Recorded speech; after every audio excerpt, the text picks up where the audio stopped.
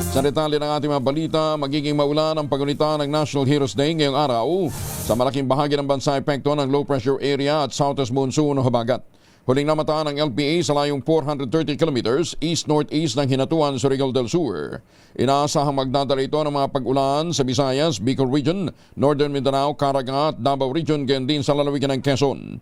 Magdadala naman ng kalat-kalat na pag-ulan at thunderstorms ang southwest monsoon sa Soxargen, Zamboanga Peninsula, Lanao del Sur, Maguindanao at Palawan.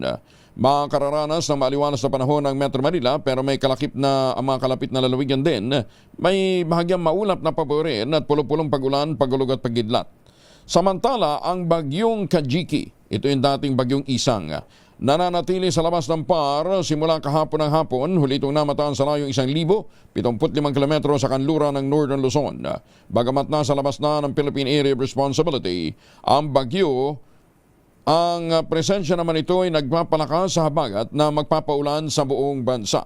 Samantala, malaki naman ang tsansa ng LPA sa loob ng PAR na maging isang bagyong Jacinto sa susunod na 24 oras. Ayon sa Pag-asa, patuloy nilang binabantayan ang naturang sama ng panahon. Kumikilos ito sa may bahagi ng Visayas at Mindanao. Inaasahang magiging tropical depression na Jacinto ngayong araw. Pilipinas! Si Kaobet Badrina mula sa Pag-asa. Kumustahin natin at mukhang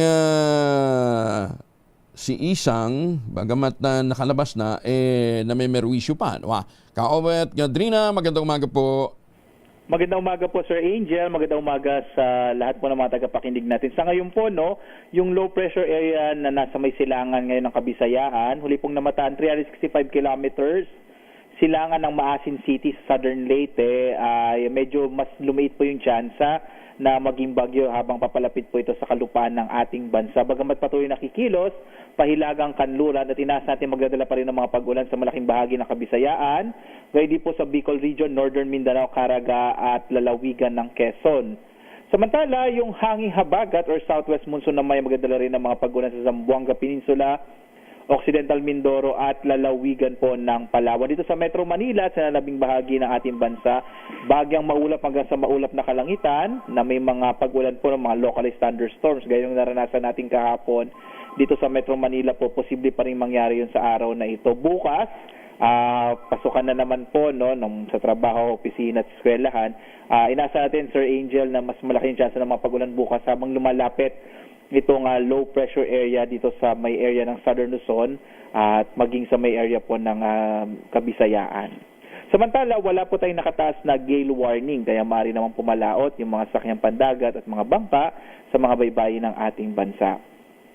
At yan po, Sir Angel, ating nasa magiging lagay ng panahon sa araw na ito. Mula po sa Pag-asa, ako si Obet Badrina. Kaobet, so malabo na si Jacinto, ha? At least sa base sa datos natin ngayon, opo, may lead po yung chance sa maging bagyo. Wala siyang kasunod? Sa ngayon, wala pa po, sir. Okay na sana. Tapusin na lang ang linggo na wala ng panibagong bagyo, no ha? Opo, sana nga po. Si Isang, walang balak mag-U-turn? Wala naman po, ay sa huli po nating pag-monitor dito ay nasa may southern part na po ito ng China. Ayan. Kaobet, maraming salamat. Ingat din. Maraming salamat po. Si Kaobet Badrina mula po sa Pag-asa.